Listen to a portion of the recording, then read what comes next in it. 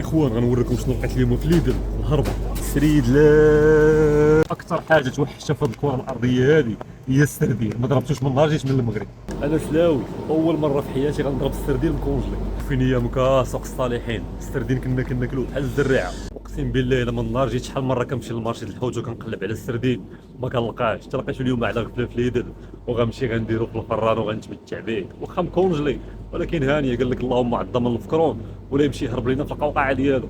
طايه 700 غرام ديال السردين ب 3 باوند. اخويا مول السردين اجي عندنا المقله تجيب لنا السردين نشريوه عندك باش ما بغيتي وحنا بغينا الدو ما لقيناش. لا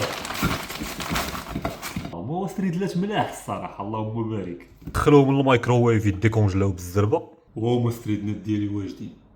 يا بسم الله يا بسم الله يا بسم الله يا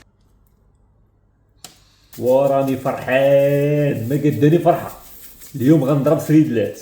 نزيدو على الطاوه هادي شويه ديال المطيشه والبروكولي. دخلوها للفران.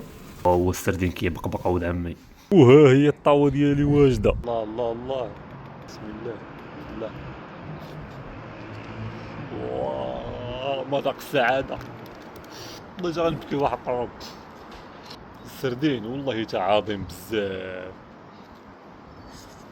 عمرني تخيلت راسي غادي نفرح حتى للدرجه هادي بالسردين. عرفتي دابا الا كملتي هاد الوجبه هادي وما حكيتيش سنانك وخرجتي الزنقه ودويتي مع شي قهويه الله يرحمها يا وليدي. وتهواو وعفاط عزي.